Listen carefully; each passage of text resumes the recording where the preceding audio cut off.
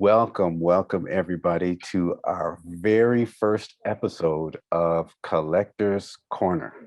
And for my inaugural episode, I have a fantastic collector, and more importantly, she's just a beautiful person and a friend.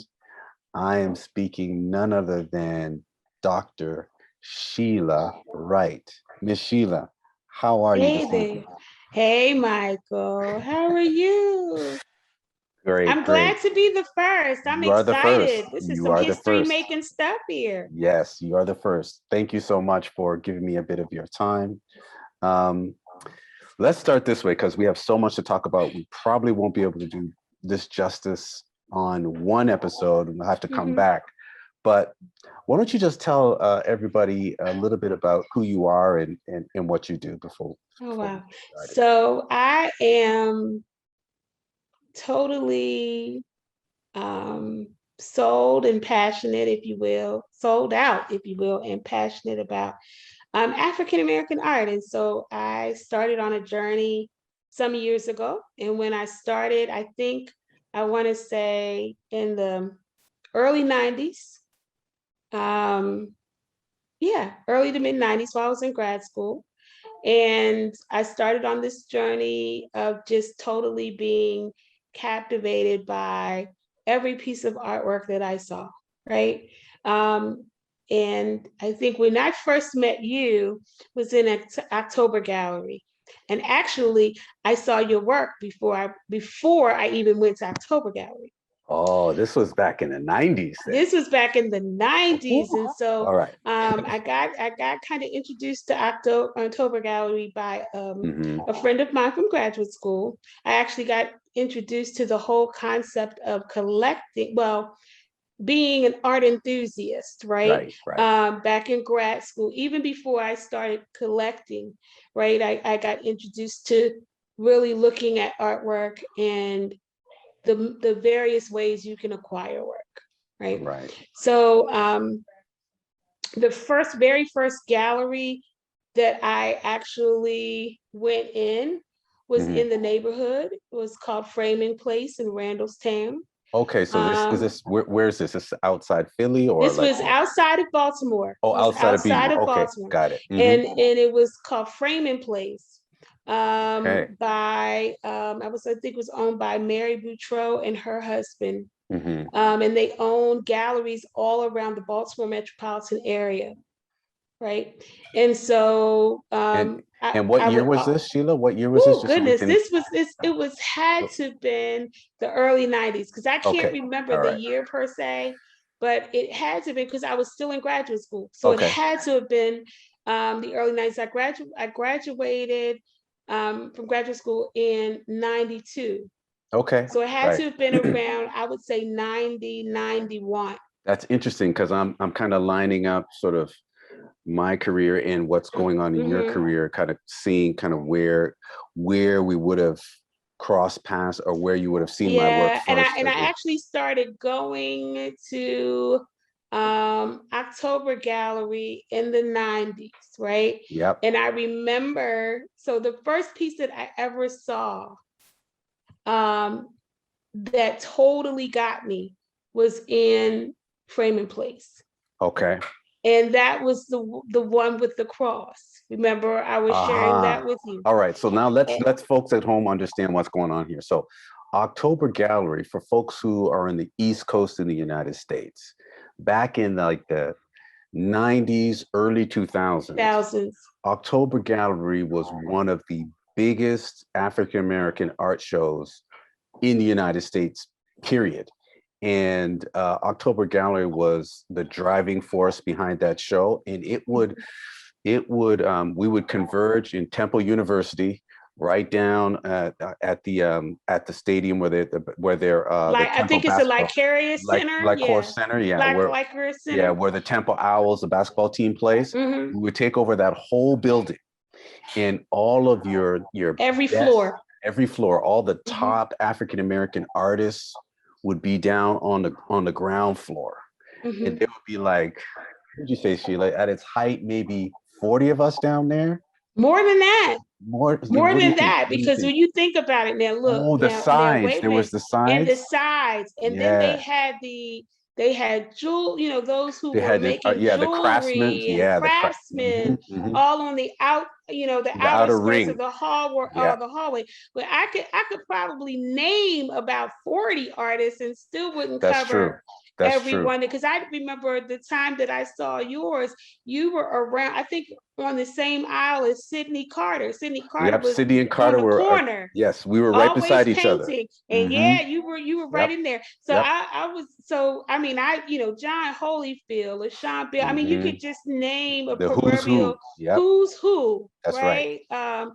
Charles Bibbs, Charles Larry Pancho Bibbs. Brown, Hmm. Kenneth Gatewood, Ted Ellis. You could just the Ted Ellis. Yep, proverbial who's who. And it wasn't just the artists, but there were also dealers there as well, that's right. So right? it was. So I just want to give people just the yeah, idea of yeah. how important that show was, and that like it would draw in. It was like over a weekend, Mm-hmm. over a 4-day weekend. It Yep. would draw easily 250,000 people in a Easy, weekend. easy, Easy, easy. easy.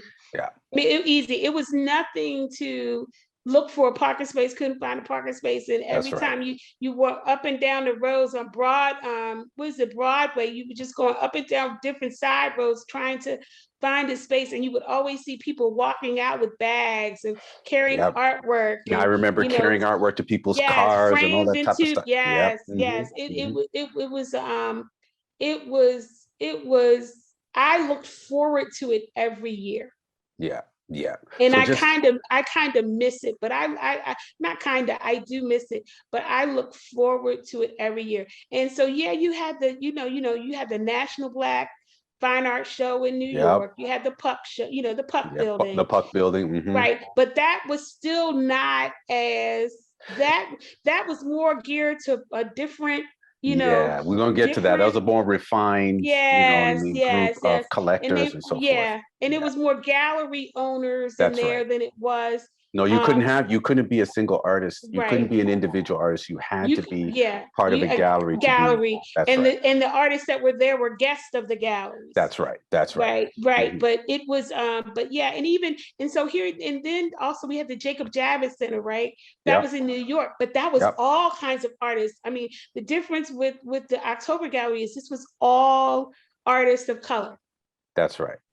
Yep. That was the niche. That was the thing that really pulled people in. I mean, people were coming up and down the East Coast. I'm sure there might have been some people that were coming in from the Midwest and all over the country that weekend just to see. Yep. Mercer. What was his name? Mercer Red Cross. Mercer Red Cross. Hmm. Yeah, I met people from all over the United States, like Mm-hmm. California, like Mm-hmm. from coast to coast. I met people from Mm-hmm. all over the United Mm-hmm. States for sure. Okay, so that gives people an understanding of kind of the time in kind of what was going on at that Mm-hmm. particular show.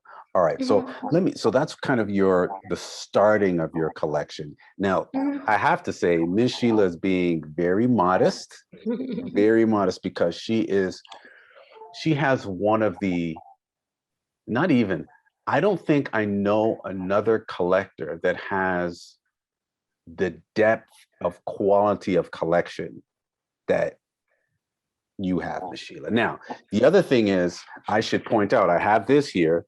This is the level that Miss Sheila's at right now. This is her book. She has started to release books of her collection. So when I say her collection is phenomenal, her collection is spectacular. It's more than phenomenal. So you are really a person that, a lot of people don't get to meet, because if you were to just meet up with Miss Sheila, you would not know that her home is literally a museum, a museum. So I wanted to really get a chance to talk to you about like collecting and just the whole history and your passion about it. Mm-hmm. So I appreciate what you're saying, that's kind of how you got started. So tell Mm-hmm. me, kind of give me the journey from that moment, from like the mid 90s and going to that show in Philadelphia. How did you transition, or how did you start? Well, let me ask you this. What was the first piece you bought? What was the very first piece of art that you said, yeah, I'm gonna get this, and you really felt like, yes, I'm a collector now? Somewhere to Turn by LaShawn Beal. Aha, And my first original was Any Which Way by Larry Poncho Brown. Poncho. Yep, can't go And wrong with Poncho. both of those pieces, by the way, I got from Frame and Place. Oh wow. Yeah, Okay. Yeah, I knew those folks quite well actually. yeah. Yeah, okay. So that's where your sort of your journey of collecting Mm-hmm. started. Mm-hmm. Um, and for folks out at home, what is it about African American art specifically? Why do you narrow in on that aspect of art? So I think that I wanted, initially, I was captivated by, and I'm saying captivated is a strong word, right? Mhm.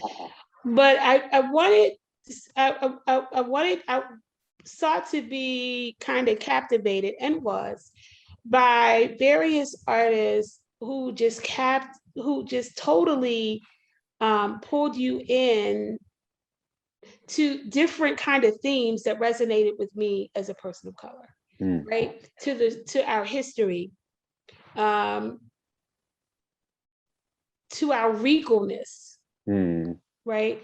Um, and royalty. So I would say regalness and royalty, but also to our spirituality, to our strength, right?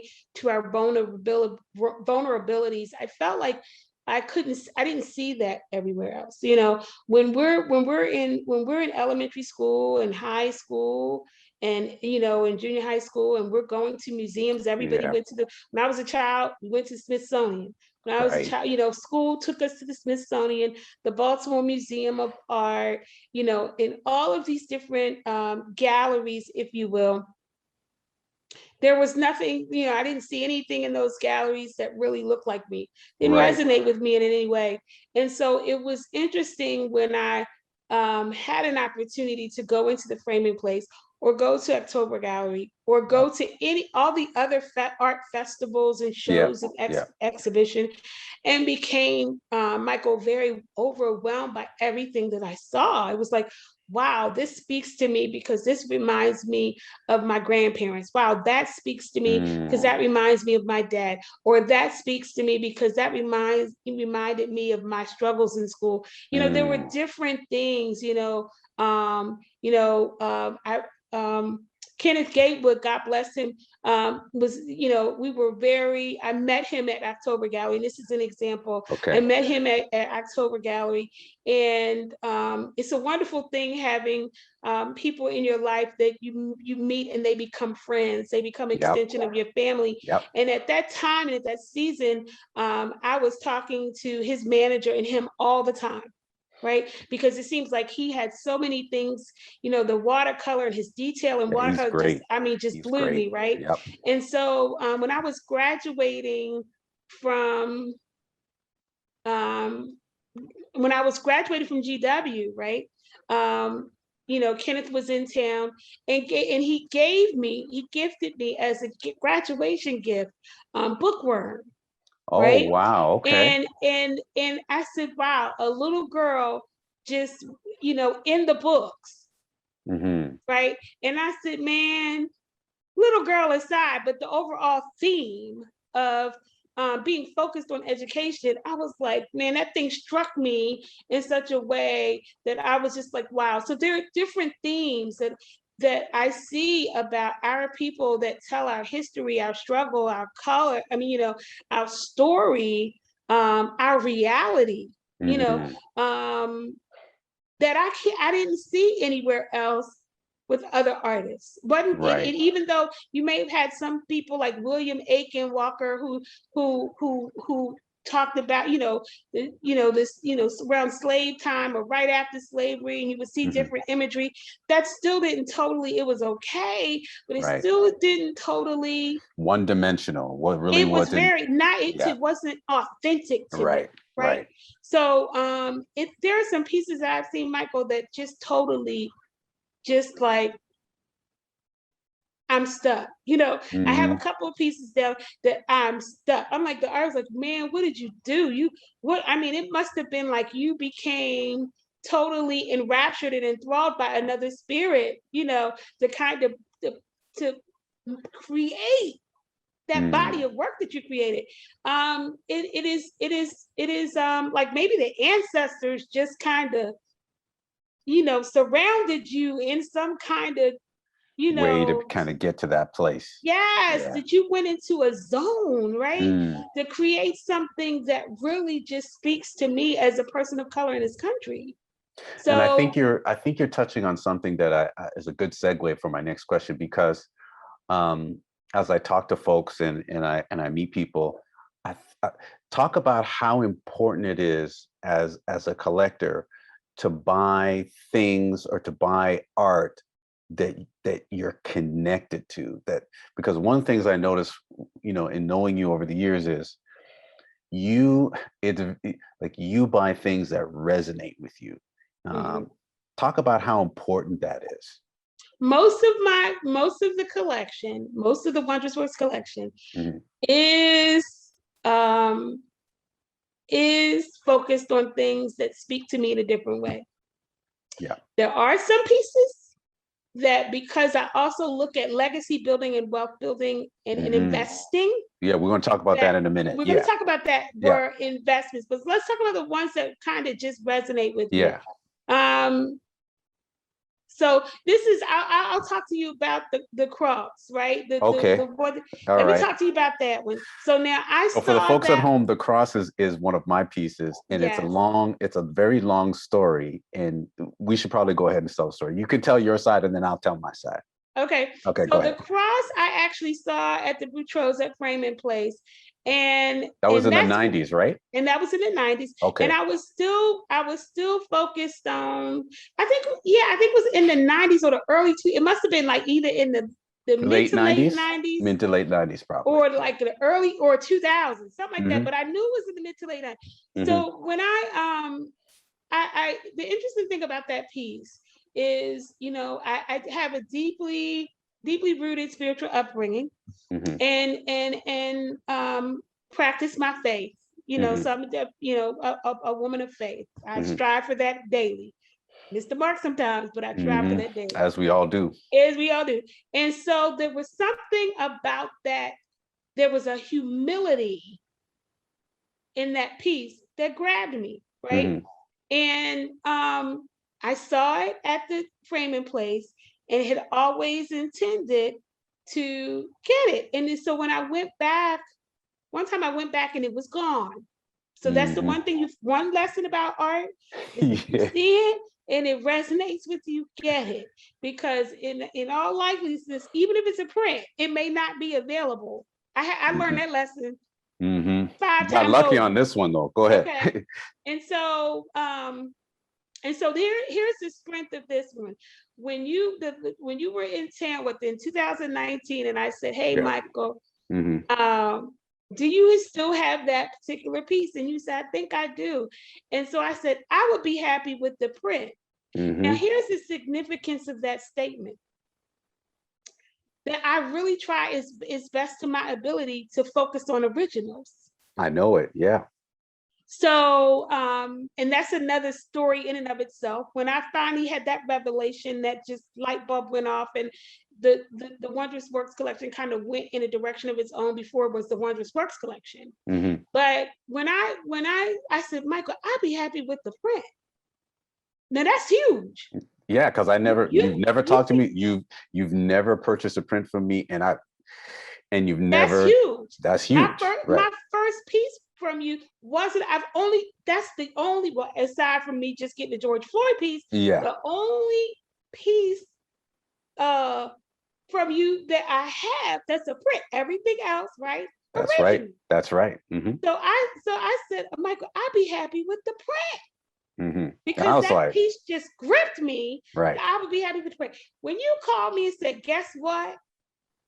I have the original," I think I must have shouted all over. When you text me that, I think I must have shouted all over my dining room, because I was happy with the reproduction. That's what I'm saying, with the signed and number reproduction. And then to think that I got the original. So when I finally got that, everything worked out, all business settled, I finally got that piece, and it just sat on my dining room table, and I'm just like, wow. I shared it with everybody. I think I did it on Instagram, Facebook, everybody Mhm. I could think of, because that was one of those pieces that back in the late 90s, and here we are now in what, 2020 is when I got it. Let me So tell you the here, story. It's so funny you because know, back then, as you know, back in the 90s and early 2000s, I was out on the circuit. I was doing mm-hmm, all the festivals, I was doing all that type of stuff.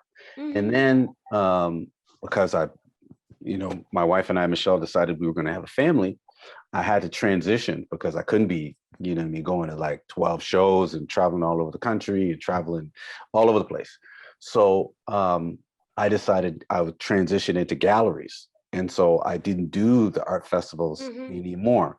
And I took a bunch of that work and I put it in a heated, nice storage. And honestly, I hadn't been there when you called me. I was like, oh, I hadn't been there in maybe 2 years. Mm-hmm. And I didn't know I hadn't actually done a systematic kind of labeling and inventory of what was in that storage. But I knew I had something in there. Like I knew all of that stuff from that kind of time period was kind of capsule, like was in there. So I had to actually drive 2 hours away and go to the storage and kind of like say, okay, I'm going to take the afternoon and like do a itemized list and stuff. And I didn't know that I still had the original, to be honest with you, because it's years ago. I would have to go back into my account. Like I didn't know. So when I Mm-hmm. found it, I was like, and I found some like gems in there that I didn't even know that I had still. And so I was actually shocked that I still had the original because I was like, it happens where you kind of just put work aside, especially Mm-hmm. in a storage unit, and it just kind of sits there. And really, you just kind of forget about it until someone brings it up and asks you. And you're like, you know what? I got it. Maybe I think I might have something, but let me get Mm-hmm. back to you. And that's how it just worked out that way. Right. Yeah. So it's amazing that that piece resonated with you to the point where, what was it? 15 years later, Mm-hmm. you Mm-hmm. said, you know what about this piece? And I was like, man, Mm-hmm. Well, that was actually, memory it lane. would be over 20, right?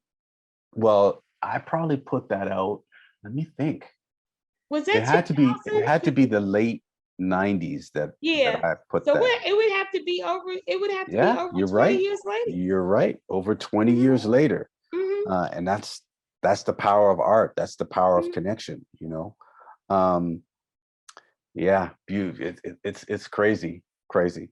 All right, so you're in that mode in the mid 90s, early 2000s. What transitioned your collection from, say, collecting, as you said, limited editions, to then deciding, hey, you know what? I think I'm going to focus on collecting originals. So, Larry Poncho Brown, who's a local, internationally known Yeah, artist, they're a but great guy. his base is here in Baltimore, Maryland. Hmm. And I met him and would see him often at the Baltimore Arts Festival Yeah. around the time of AFRAM, Okay. Yeah. and then also at October Gallery. So art on the riverfront in Delaware. So at that time, he and I started to really connect, and so every time he had shows, I would go to his gallery. Right? I mean, I Hmm. would go to his studio, Studio. Yeah. and Hmm. sometimes he had shows which just primarily featured his work, maybe about 2 or 3 times a year. Hmm. And then he would also have a show that was basically featuring originals from him and other, African American artists all around the country. So Hmm. one day I went to one of his shows, and I was seeing all this work of Alex Bugeaud and Mm. Charles Bibbs, original work now, Right. from these artists and different, who else? Tom Feelings. I saw a mono print by a few artists. It was very rare. Yeah, I think he had an original from William Tolliver. And so he just, because he himself is a collector. He's a So one collector. thing that Yep. most people don't know about artists is not only are they creators, but they're also We collectors, are. right? I am as well. Yep. And so he and I were talking. He said, how many pieces you have? I think about it a bit, He said, you buy a lot of prints. I said, yeah, I am. I said, because I really can't, the way these originals are, the sizes and everything, I can't afford it. He said, listen, he said, for the same amount of art money that you're paying for a print and the frame to print, when you do all of that, you could buy an original. Mm-hmm. And that was mind shifting for me. So I actually started around the early 2000s, shifting my lens, Mm-hmm. right? And I'm going to tell you the second experience I had. So that was Pancho, who basically said, he coached me, mentored me, learned me into, you need to really look at originals. Okay. One of my friends, the friend that introduced me in grad school to the concept of African American art and artists. And so she and another classmate of mine told me about Just Looking. Okay. Yep. So one day, all the way out in God's country, took that long drive, all the way out in God's country, Hagerstown. I say God's country because there's like hills and mountains and Okay, so for the people all at of home, that. let me just explain for the people at home. Just Looking Art Gallery is one of the premier African American art galleries in the country. It sells only African American art, and it's in Hagerstown, Maryland, which is in Nowhereville, right? No disrespect to the folks in Hagerstown, but it's situated in a very strategic place. It's an easy drive from Philadelphia. It's an easy drive from Baltimore, and it's a fairly easy drive from like the DC area. So it's like right in a perfect sort of middle of the triangle to all of them. So, all right, so go ahead, continue. So I went there, met Eileen and Bob for the very first time. And the interesting thing about that dynamic was Just Looking has, I believe, one of the largest, if not the largest inventory of original works by African American artists. Yeah. And so I went in there, and I mean, originals of every size. First of all, there's art literally everywhere, and no wall spaces. There's art literally on every wall, in every kind of way. And also in the bins, stacks and the stacks. bins, because there's so much artwork, and of all different sizes, and and price ranges as well. And price ranges. Yep. And that's when everything that Pancho had shared with me kind of clicked, ding ding ding ding ding, because that's when I was introduced to Charlie Palmer and James Denmark, and the fact that they had those small originals, and that I could actually work. It was workable. Right. I'll just say that. Right. It was workable. And so I began to acquire a lot more originals in that space, right? So I think I acquired like 4 or 5 Charlie Palmers. Most of them went under the name Carlos. You got it. Early and stuff. then Yeah. and then I think my first James Denmark was actually an original work as opposed to a print. Wow. And that was from Just Looking. So I began to really look at, I think we got a Mario Robinson. My parents ended up getting like a Mario Robinson. And that was back when he was doing the pastel work, probably. Yeah, yes. Yeah. And yeah, man, and that's rare. Like I like, after my dad passed, my mom was thinking about, seeing if she could get rid of some of the pieces. I said, you better not lose that Mario Robinson, man. I'm telling you, that thing, that thing, I shudder to think, where that is on the spectrum. But I say all that to say that is when I really started to focus on more of a original work, but still contemporary artists. After that, I had started looking at what statement are you making with your collection? what statement, and this is before I named the collection, Right. right? So you transitioned from I collecting, was you transitioning. I was transitioned, then you transitioning started as a collecting collector. originals, and then as you Mhm. acquired more originals, you start to think about your overall collection as a Yes, body of work. as a body of work. Right. And Okay. what statement was I making? What Okay. type of collection I wanted to build? Because you can stick with just primarily contemporary artists. Hmm. I have some collector friends that are more focused on master Right. artists, the John Biggers, the Right. Charles White, the Romare Beard, Elizabeth Catlett, Samela Lewis, that. Um, but it is one of those things where I started to do some research Hmm. and look at what I wanted to do, what I wanted to build out, and realize that I wanted to have um, the body of work that is reflected from as early as I could get up into this present time, that really spoke to our transformative nature, our struggle, our progression as a people. Some of the earlier artists, I would have never have known that there were Right.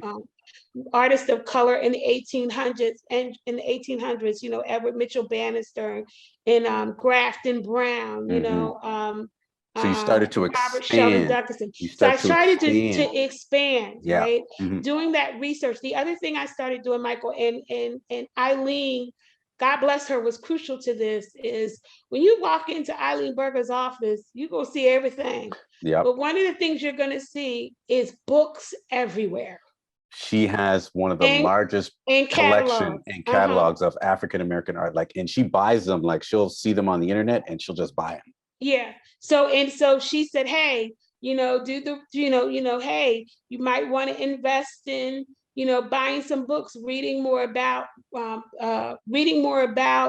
African American artists and things. And so the one book that she referred me was the St. James Press Aha. Yep. on Black art. Hmm. Black artists. And that thing, I said, man, it looked like something from college. It looked like Hmm. it was like an The big anthology. thick book. It's Yeah. big, thick book. And Yep. at that time was priced at being about 200 or so dollars. Hmm. And so I said, it's a lot for me to buy, Right. But I went ahead and did it. And then after that, even me, so now not only am I, focused on, acquiring art, I try to purchase as many books on African American artists as possible, Mm. And and I was able to research, I was able to look, things up. And this was internet was just starting to be a thing, Right. but still wasn't a lot out there, Okay. right? And so, I started, buying books on Romare Beard, and even, Jacob Lawrence and Charles White, Keith Morrison and Betty Saar, and Hmm. Archibald Motley, all of those gems, all of those legends. And I'm thankful for David Driscoll, because David Driscoll helped to, write and Yes. publish those books to really expose those people who were learning about art, right? Hmm. Into Huge figure we just lost recently. yeah, yeah, Huge. last year. I mean, Yeah. and he was the curator for the Bill and Camille Cosby's Cosby's collection, and wrote collection. This Side of Color. So it was just really, really, to me, was one of those bright spots. It was a bright season to learn so much, to this point where I started thinking about getting more than one book, like within the last, I would say, 5 to 7 years. I would get multiple copies of the books, Mm. because for interest. For example, that retrospective by Charles White that the Chicago Institute published, and now it's sold out. You can't find it anywhere. If Hmm. you go somewhere and look on it on eBay or It's Amazon, nope. Can't get it. somebody wants 7, 8, Yep. 9, $100 for it. And so so I started getting multiple copies of books, the Mm. Jacob Lawrence resume, started getting multiple copies of books because they were selling out, Right. right? Right. But I say all of that to say that's a part of the journey. It's a Mm, part of the journey to learn. And some people say, you went all in, and I'm like, well, I did, because I also started having other types of goals for mhm. the body of work, right? So So as you went along, it sounds like what you're saying is, as you went along, you not only did your passion grow, but mhm. it expanded into other areas that you didn't know about when you first started. Exactly.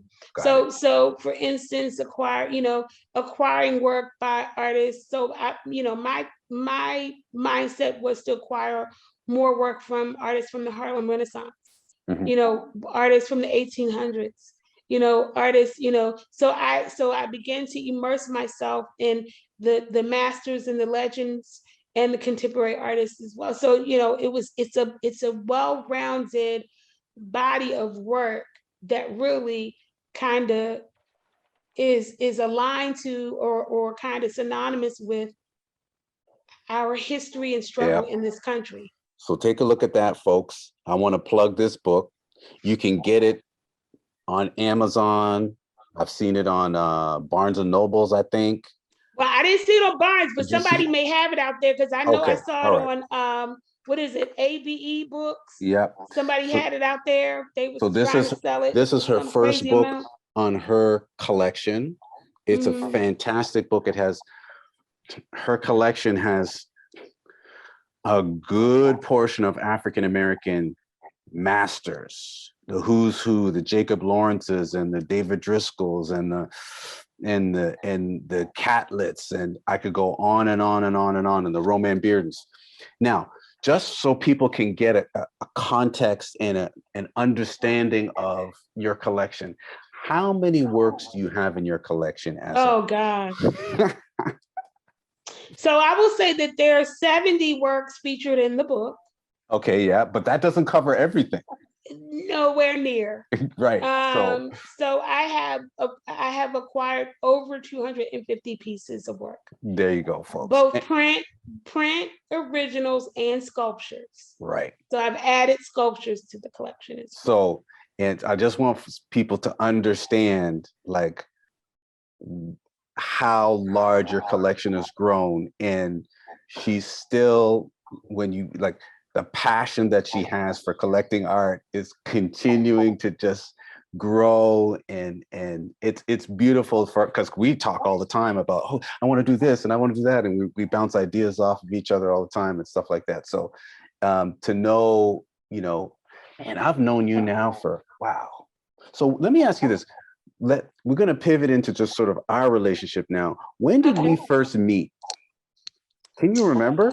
I think So we actually met at the October Gallery. Now I don't know if you remember that. We I actually met at the October Gallery. at my First booth time, the first time. at the first Yes. time. And So then that had to be yeah. in like mid to late 90s, Mm-hmm. somewhere in there, right? Mm-hmm. Mm-hmm. Okay. And I think we became more, we started talking more, I think, when you had, right? Or Hmm. I don't know. The next time that I saw you after that It was had to at be at Eileen's show in Just Looking. Philadelphia.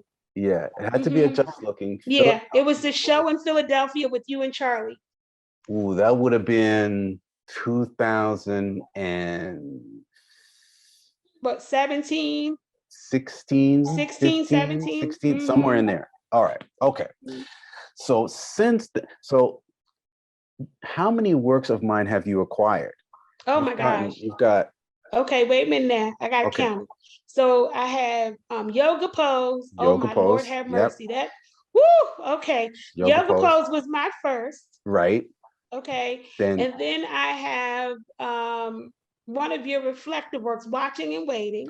watching and waiting. Okay. Okay, and then I have dragonfly. Yep. And then a couple years ago, I got one of your small nudes. One of your small nudes Okay. Yeah. uh, The nude with the sketches. young Yeah. lady bent over. Yep. Okay, I can't remember the name of that piece. Yeah. And then, of course, the cross, The cross. and just the and then the George Floyd Oh piece that yes, you just said, Lamentations. Yep. Lamentations. Okay. All right. And I still have some other things that I'm interested in acquiring. Well, But the I new think I work is have coming. about, I think I have about 5 or 6. 5 or 6. I think I Hmm. have 6. Well, mm, mm, 5 mm. originals, 1 I print. think 5 originals Is and that 1 is that print. right? Okay. All Hmm. right. All right. And so living with my work helped me, because this is I don't think I've ever asked you this before. So how how does my work make you feel? Oh my gosh. So the one thing that when I first saw your work, I thought it was a photograph. I tell everybody this. I thought it was a Right. photograph. Yeah. And then when I realized that it was work done in pencil, I had to get literally on top of it, right? Hmm. To know that it wasn't. Because I was with one of my girlfriends, they said, you know, that doesn't look like it's a photograph. And I was like, girl, yeah, it is. What are you talking about? We're Hmm. crazy, right? And then and this was after the cross. Right.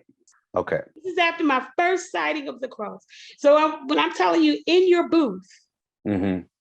and we went in there and I'm saying, OMG, right? Mm. That's not what I said, but Yeah. OMG. And I was like a goner. So here's the thing. So when I finally got yoga pose, that was you would have thought, it was spring in wintertime. And I put it on the wall, and everyone that came in my house, I said, I want you to look at this piece. Mm. And it was a photograph. I said, that's not a photograph. And they would just be, and they would literally have almost, their breath Hmm. going to glass.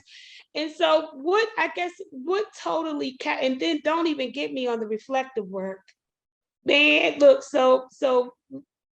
Michael doesn't know this, but when I went to October Gallery and Eileen said, Michael's doing reflective work, I said, what do you mean Michael's doing reflective work? So the one with the woman in the deli, Yeah. I and did the a few. one Yeah. with the street scene. Hmm. So I took pictures of it, right? Hmm. And I had some friends that I also they got sucked into your work. When I would Hmm. drive to October Galleries, because it was a long drive, I would Yeah. try to have friends to go with me. And so I said, "Look, I'm gonna send you this piece," and I would text it to them and Hmm. said, "Check this thing out. Isn't that sick?" And I was like, "It's absolutely sick, right?" Hmm. So they said, "Girl, what?" I said, that is work. That is, and then that's when I shared it with Devon, right? Okay. Yeah. And Hmm. and Devon's one of my sisters, Yeah. and she started acquiring Michael's work as well. Hmm. And I was sitting up and said, "Man, this is absolutely sick. You're not going to believe me, because I remember doing a Facebook Live there a couple times, and she had like a wall of all of Michael's work. Hmm. I said, man, I mean, the dragonfly, the tulips, Yeah. the I did a whole still life. series. Yep. Hmm. And so Still I life. wanted to start, honestly, consciously. I had even a strategy where you're concerned. And so one was the yoga pose, because I believed at that point the flexibility and agility of the human body. Hmm. And it, to me, it was like one of those things where in the beginning, God created, and God created Adam. It was Hmm. like, to me, it took on a more of a spiritual tone to say, that how beautiful was The God's human body. creation, Yeah. the Hmm. human body is. And then what also gravitated me to that work specifically was the shading, and just like how you were able to capture the bones in the back and the skin, and just how, with the being in that pose, Hmm. you show, I mean, with great detail. So here is the other thing that kind of struck me, was just what we might, and I told you this, I'm not blowing you up. You and I've had this Okay. All right. conversation. I don't know. Like All right. I started looking at, and I do this with artists, especially contemporary artists, Hmm. looking at lineage, Ah. Okay. looking at generational lineage, like passing the torch and the mic, and associating, like, styles, right, of artistry. And I remember telling you, I said, man, if this is not next generation Charles Wilbur Wright, if this is not along the lineage and line of a Wilbur Wright, I haven't seen too many artists that with that type of definition and work, using, pencil, using graphite. Haven't seen that. There's one brother here, Mo Bradford in Baltimore, that if you would look at his work, you would think, oh, that's Charles White piece, but it's not. So I do believe that there is a level of giftedness. I don't know. Some artists may study the styles of various artists, right? But I think that there's just, I wanted to even do a study, a paper, on, if you will, those artists that are in the now, that are contemporaries, that when you look at the masterwork, it's like they're the next generation of those artists. Like I said, Paul Goodnight is like the next generation of John Biggers. So You for know, people for folks yeah. at home who don't know who Charles White is, first of all, Woo, if you know, first of all, I should say this. woo, Charles White, how can I even? woo. First of all, he's my favorite. He's my favorite artist, bar none. There's nobody in the history of art, as far as I'm concerned, that is better than him. I studied him. I've studied him. I have every book there is to have on him. I have every little video, little clips. I have, studied his students who he had, at least information that I could find. He is my favorite artist. It's not even close. So when someone says that I remind them of him, I get very nervous, first of all. I get very quiet, second of all. But I have to tell you this, and I don't think I've told you the whole story before. I have to thank you. I'm indebted to you because never in my wildest dreams as a kid going to art school did I think, because that's when I first got introduced to Charles White. Back then, as you said, there wasn't the internet, there was nothing. We just had books. And where I grew up in Toronto, Canada, or in London, Ontario, Canada, just outside of Toronto, there was zero Black art. We had one book in my art school in the library, one book that was on contemporary American art, and 6 or 7 pages of African American art, and a 1 page was Charles White. And when I saw that 1 page, I never let go of it. And so here's what I have to thank you for. I'm eternally grateful to you for. I never thought in my wildest dreams that my work would hang in a collection on a wall. Opposite wall. So let me paint the picture for folks, because I don't think I've ever told you. Shelia and I are like family. So I've been to her house more than one occasion. But the first time I went to her house, she's gonna laugh. The first time I went to her house, just her living room space was like there's art everywhere, and like art of African American masters, like just right there where you can see them. Normally in a museum, you can't really spend that kind of quality, intimate time with art like that and get up on it and like actually touch it. So that's her living room. But then that's not really the overwhelming part. When you go down into the basement, when you go down into her basement is literally a museum, right? And she knows what she has. So she's like, yeah, well, I'm going down. She's like, oh, yeah, there's more stuff in the basement. But she doesn't. I let you go by yourself. Exactly. And that's all she says. Just go down there's more stuff in the basement. And you go down her stairs. First of all, there's stuff coming down the stairs. And one yoga pose was one. So then you get to the bottom of the stairs, and then you turn the corner because you can't really see the basement as you're coming down the stairs. It's blocked. the way that you come down. Then when you turn the corner, it's like you're overwhelmed.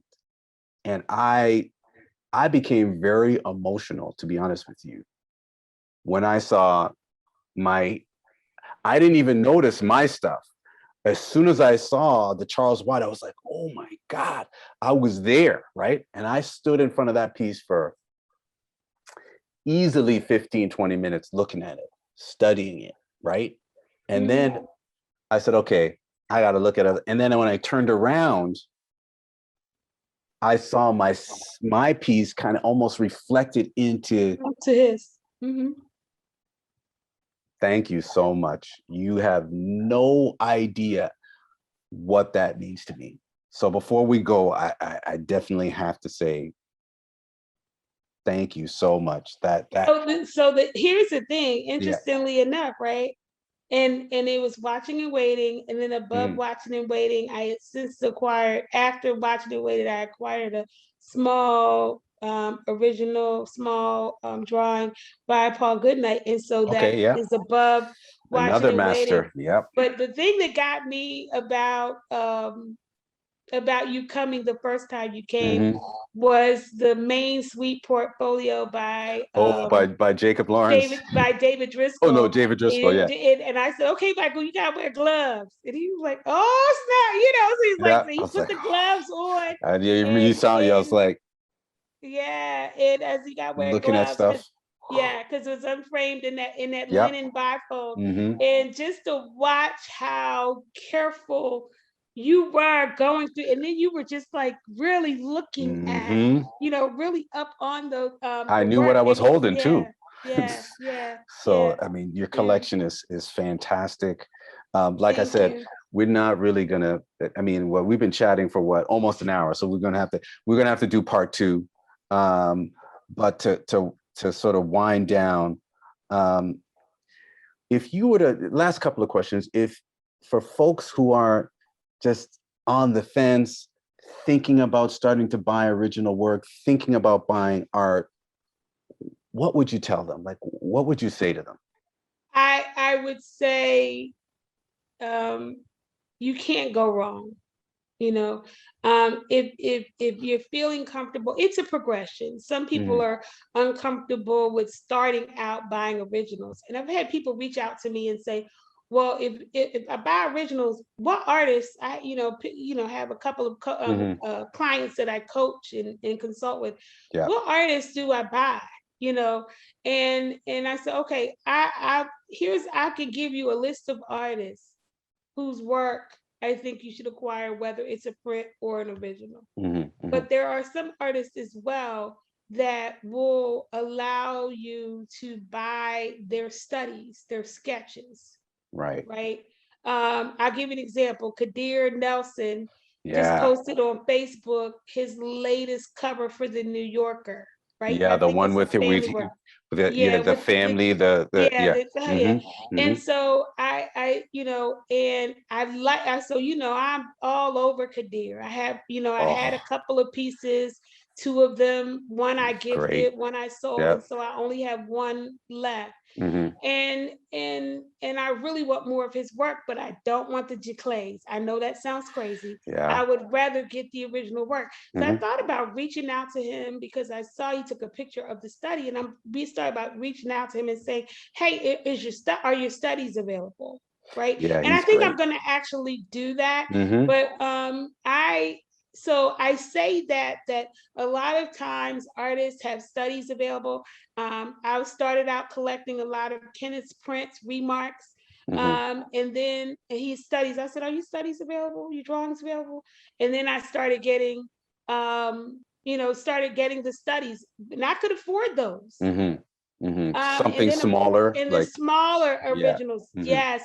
And the wonderful thing about that too is that it really helps you with your wall space. Some people, go for the big. And my wall space is, well, this, my wall space is limited. Yes. Folks, I had to go buy easels. I Hmm. was going to Home Goods and going on Amazon and ordering easels because I ran out of wall space. Hmm. And so I say that the smaller originals really help in a lot, in a lot of ways. And so when I go back and think about that part of my journey, and then getting into small studies that were finished, but still you have artists that do painted Right. studies, Yeah. right? I remember reaching out to Mason Archie when Mason Archie was posting things on Hmm. his social media page. And I was like, do you have that available? And he said, yeah. So, artists are now, because of the pandemic, they've had to get a lot more, practice resilience, do the Yeah. pivot instead of doing the circuit of going through the shows. That was no longer available. So I saw a lot more artists on Facebook, on Instagram, Yeah. showing their work. And I would reach up and say, okay, is this available? Now, here's the thing about, now I'm going to talk to you about my good friend, Calvin Coleman. Okay. Yes. Well, Calvin, Calvin is that's another my one. brother. Well, Yeah. was posting work on the and Love I even Calvin. said this with my book launch, right? Hmm. I said, I'm sitting up here acquiring a Calvin. I got two I'm looking at right now to acquire his work. And I said, you know what, I'm done with Calvin Coleman because I have a number of pieces, so I'm good. I'm And good. by the way, Calvin, oh, hopefully you're gonna see this. We got to trade because I haven't got any Calvin Coleman in my collection. So that's another thing that we do. We trade in order to So kind of get. indeed, Yep. indeed, because I know you traded with Charlie. Yep. Hmm. So the interesting thing about Calvin, and I know he's gonna call me later if he sees this. He's like, "What are you doing?" I'm gonna send it to I him because we need to like. But anyway, we Yeah. talk. So Yeah. so Calvin, I said this with my book launch. I said, I'm not doing any more Calvin. I got about 5, 6 Calvin. At that point, I said I had Hmm. about 5, 6 Calvin Coleman's. I'm good. I good all original work. I'm Hmm. good. And then he would post something on Facebook. I'm like, man, and I would call myself, I would call him and text him and say, man, what are you doing? I can't you had me going against my first mind. So I will say I'm good. I'm gonna tell you guys, I've been blessed to become friends with a number of the artists. I've been blessed to meet a number of the artists. At some point we got to talk about, the book and how, because I've acquired work, the work is still the intellectual property of the artist. So Hmm. I can't do anything with the work unless I have the permission of the artist. Michael knows that. Yep. And so even with this book, I had to go and get the permission from the artist or the estate of the artist Right. or artist family if the artist is no longer living. And to be able, in one, you know, I really like being around the artists, talking to the artists and getting to know them. We have frequent conversations, many of us, Hmm. just to check and see, hey, how you doing? Hey, how you doing? Talking to them, somewhat Yeah, regularly. and most of us are Um, accessible, right? and We just most of the yeah. artists are accessible. And I remember when I was getting the permissions, and I had to get permissions for Cal Massey, God Mm, rest his soul. yeah, Cal. He's Hmm. with the ancestors, Yep. James Denmark, and I had to get a permission for Jacob Lawrence. Right. You had to And talk to their someone told me wives. to, Yeah. yes, and Yeah. so I couldn't. So someone told me to reach out to Lou Stovall because Lou Stovall was the printmaker for Jacob For Lawrence. Jacob Lawrence. Hmm. And then also to reach out to Curly Holton, and Hmm. having to also reach out to Richard Mayhew. Hmm. Whew. Yeah. So when I tell you, Michael, it was in a matter of 24 hours that I had the opportunity to talk to Richard Mayhew and his wife, Wow. Lou Stovall and his wife, Cal Massey and his wife, Wife. Yeah. and James Denmark and his wife. His wife. So Wow. shout out to the spouses because they help keep everything in line. Hmm. But in a matter of 24 hours, Yeah.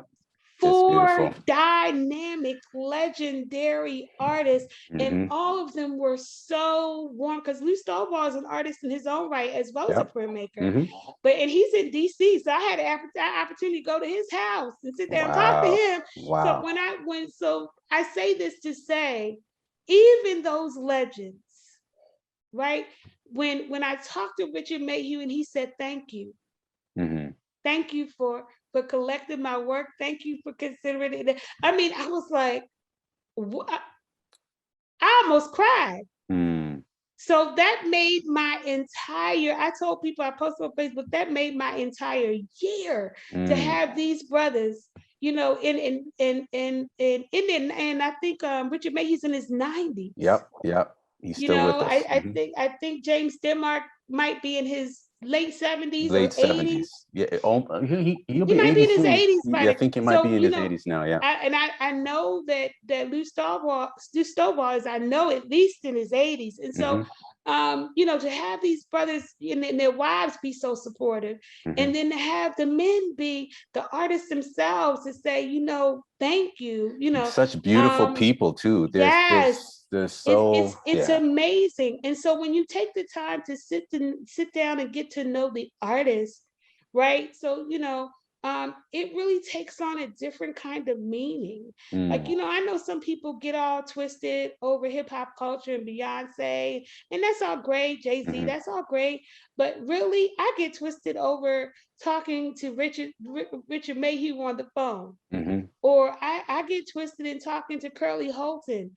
I got twisted in talking to David, had the opportunity to actually sit at tables with David Driscoll before he passed, and just Mm. hearing a lot of what he had to. Yeah, man, that's the thing that really gets me. That's the thing Yeah. that has me um, going to Hmm. that peaceful place. So two last questions and we're going to wrap it up. What should people tell folks why they should buy my work? So we're going to make that the second last question. What is it about my work that compels you to buy my work, and why should someone purchase my work? So the reason why I'm drawn to your work, right? So Hmm. I can easily say What that do you? if I said, okay, I have about 5 pieces Mhm. of Michael's work, I'm done. That will never be the case. Okay, because here's the thing: there's, you know, I'm seeing a level of evolution with your work, right? Hmm. When I first met you, you were doing a lot in the way of still lifes. Yep, I was doing a lot of still lives. I was You doing a were lot of doing a lot of African featured kind African of, type yeah, themes, yeah, type you know, themes. with the Hmm. Maasai, Yep, I was doing all that kind of and then stuff. you did one that looked like it was almost like Jesus, the guy with the locks, Yep, yep, I was you doing kind of know. So spiritual kind of. yes, Yep, everything is spiritual dynamic. yeah. But I see you moving into um struggle Hmm. and activism type work, Yep. right? And showing that in your work. And so when I see artists that kind of go into different themes, you know, take your mind into different places. Hmm. So I say you somewhat like Charlie, right? Charlie with his Be Silent series can cause Oh me to yeah. be about Hmm. activism. And so I say the same thing for you. There's a serenity in the still lifes, especially the floral pieces, right? Hmm. There's a serenity, and then there's a spirituality in the cross, right? Hmm. And then there's just even a spirituality in a sense with your nudes, because it shows the glory of the human creation, right? And then I go into this George Floyd piece where and there's some other pieces that you've created as well that really focus on Hmm. our current plight, our current struggle, that we can't drop the ball. I mean, you in that piece you showed in Lamentations how we basically always struggle. I mean, I Hmm. think some of what we're seeing is that we became easy and lackadaisical and thought we arrived. And some people thinking because we had Barack Obama in the White House that we Right. were there, we were done, and that we never really needed to share with our children about the struggle. And so in that piece, you've shown us in Lamentations, you've shown us that the struggle has been constant, whether we dropped the ball on it or kind of got lost our, Hmm. Hmm. lost our way, that the Hmm. struggle was constant. So I think you are in that way by you having those various themes. Nina Simone, now you're Hmm. engaging more in Color, yeah. color in the Hmm. background, where, and even with some of your news had a splash of color in some of Yep. your news. I just think that artists that dare to go into the unknown with their creativity will always be artists that you need to look out for and collect. Yeah. Time that Great. it brings to me that sense of being timeless, Mm, great. right? So that's one reason why I Thank you said, so much. that is I mean, telling you that I'm telling you guys, it is you know, yeah, it is something that never gets old. Yeah. It never gets old. And here's another thing I'll say, Hmm. Michael, is that I like to move artwork around. So it can be on my wall in a certain space, and then I move it, and then it just something about the way that it is brings out a sense of newness, like I just acquired it. Wow. Right. So in that way, it never, Never gets even if old. It it never. never gets old. Yeah. Even if I say, well, maybe I'll change, instead of that black frame, maybe I'll try that ornate, that Baroque Hmm. silver frame. You And understand what I'm saying? you put in That a there's new frame, it's a different pops out. piece. Yeah, it's a different Yes. piece. Yeah. And so I like most of your work in black frames, Hmm. in white linen mats, Yeah. because it draws you into the actual work. I don't want anything to actually distract from the theme, and that it has in the life of the work. Hmm. So in that way, I think that your work, as you're seeing evolution going on, Nina Simone, and how you, yeah, man, I think it's you always going to be someone to not just acquire but to watch. Well, thank you so much. Um, we could go on all night. We're going to stop it here. I'm going to go back to Okay. the studio. But before we get it back out of here, um, let people know how they can get a hold of you, because I know at this point in your collecting career, you're also now doing consulting, you're giving advice, you're helping folks, at the beginning stages and intermediate collectors kind of build and grow their collection. How can folks get a hold of you? So the best way to get a hold of me is through my website, www.wondrousworksllc.com. There's the book It's again. and this is Wondrous Works, all one word, Yep. LLC.com. So if you go to www.wondrousworks LLC, WONDROUSWORKS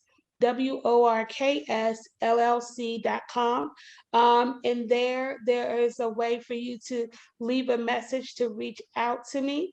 Great. You can also reach me on Facebook. I have a Wondrous Works page on Facebook, and I have you can Instagram too, message right? me. Yeah, Mhm. Instagram. I have a Wondrous Works 378 on Okay. Instagram, and you can message me or privately DM me. I have folks that have Googled me Hmm. and ended up through Googling me, found a way to reach out to me. And now I'm working with a couple of them as clients. They see, Hmm. I want to get into collecting. Would you be available to assist me in that? Hmm. And so I have reached out, they reach out to me, I reach out to them. We have time that we spend Hmm. once a month together, according to whatever schedule they're comfortable with. But please feel free to reach out to me at any time. I am available. Yeah. So, folks, if you're feeling a little bit unsure, you're feeling like you need someone to come alongside you to kind of guide you to answer questions, she is a fantastic resource. She's very passionate, and more importantly, she knows her stuff. She knows her stuff. So if you want Thank to learn you. about art, and you feel like you want someone who's not going to make you, because art can sometimes make people feel intimidated and make people feel like, oh, they don't know. Not like that at Overwhelming, all. overwhelming, overwhelming. She's Yes. very easygoing, and she'll make it really, really easy for you. And here's the most important thing, besides that she's just a great lady, her relationships that she has with galleries, artists, you could take advantage of that. So you don't have to start cold. You don't have to start not knowing anything. She's really a great resource to give you sort of a jump start and get you to places where you wouldn't know existed. So with that, we're going to have to do a part 2, but we'll end it here. Thank Okay. you so much, Ms. Sheila, again for your time. Really, really appreciate you. And you know how much I love you. I love you. I Same love you. here. And Family, family, family, family. Anything absolutely. for family. And hopefully, once this pandemic is over, you know, we'll get a chance to spend more time together once the border and all of this stuff And gets hope all. by that time I Mhm. probably will have moved and would have to That's right. You're moving. reconstitute the gallery. Right. So you might have a totally different experience the next time you come. I'm looking forward to it. I'm looking forward to it. Thank you so much. Thank you. All right. Have a good one.